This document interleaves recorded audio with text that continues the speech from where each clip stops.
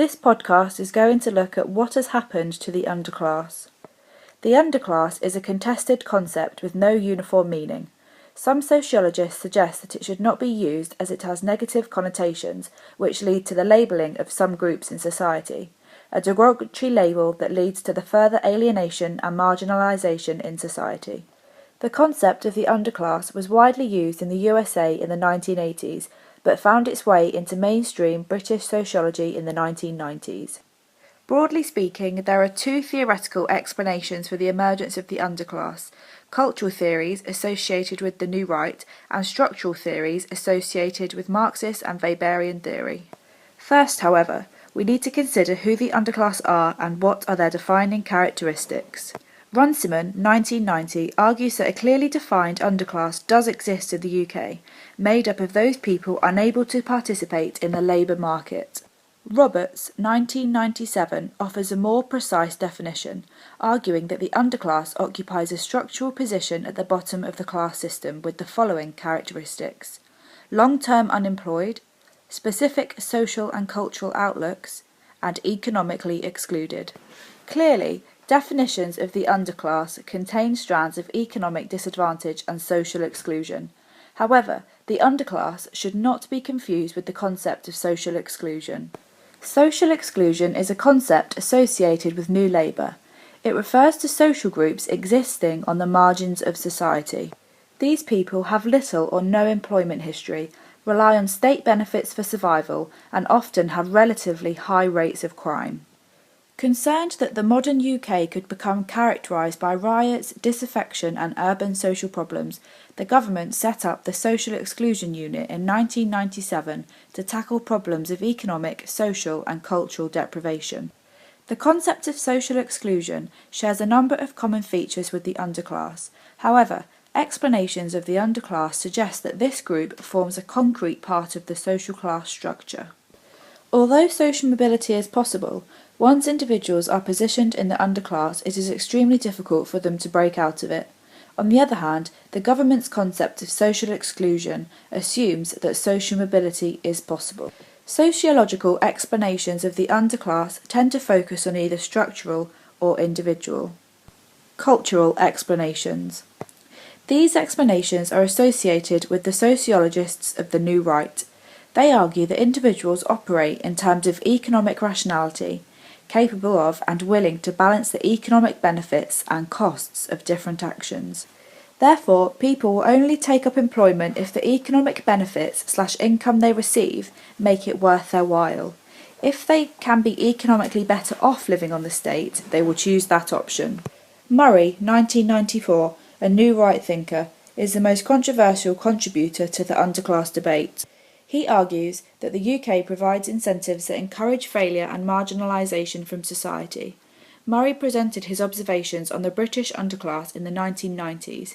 He himself is American and had witnessed the growth of an American, largely black, urban underclass, and argued that the UK would follow the American way due to factors such as rising unemployment, rising crime rates, increasing rates of illegitimacy, and a growing number of people with low intelligence.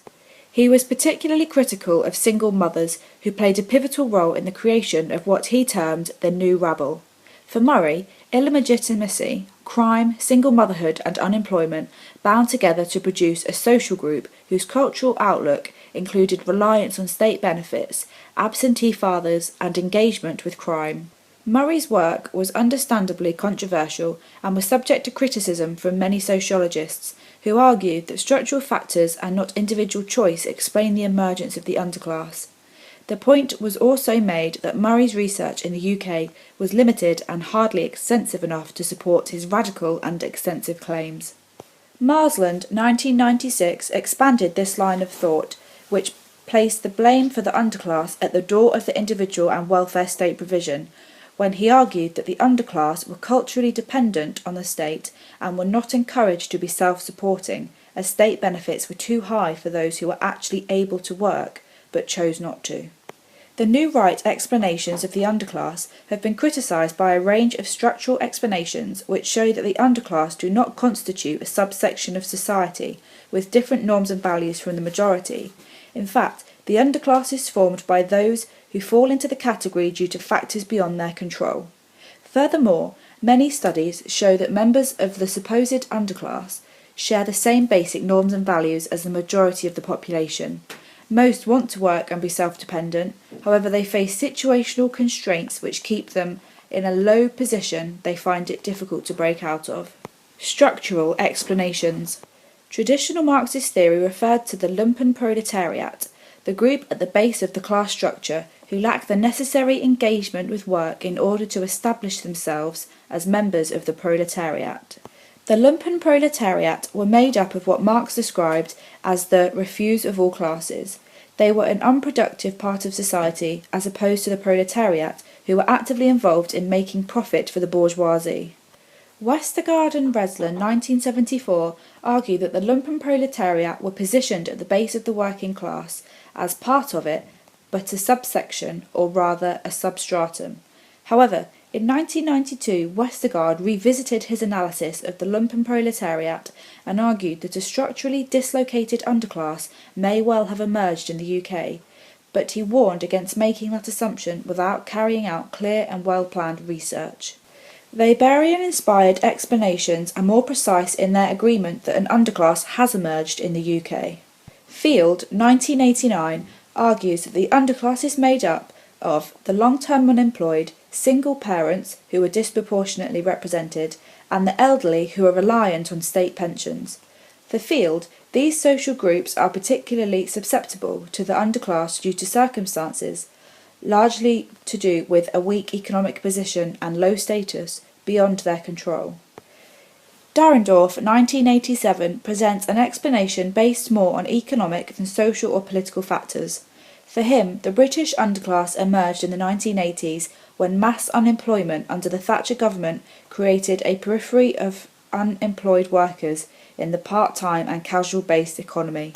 Over time, these workers would become economically, socially and politically excluded and would form a British underclass, the primary cause of which was economic. Wilson, 1987, ties the underclass to social class disadvantage and race, although he emphasises social class inequalities as the primary cause of its emergence. He also suggests that the political and social connotations of the concept of the underclass are good reasons for replacing it with the concept of the ghetto poor, who are there through no fault of their own. Class inequalities and racism explain the creation of the ghetto poor, who fall into extreme poverty and have no way out of it. Jones, 1997, used questionnaires and qualitative interviews in her mixed method research into the structural causes of the underclass, focusing on the experiences of young homeless people in the UK. She found a mixed picture, that individual choice and structural inequalities both played a part in explaining homelessness, and that family circumstances were crucial in explaining the vulnerability of most individuals to the underclass. There is no agreement over the existence and class position of the underclass in the contemporary UK. The debate between the cultural explanations of the New Right and the structural explanations indicates a dichotomy of views, and the ones you have most sympathy with are likely to be a reflection of your own theoretical positioning, structure or agency.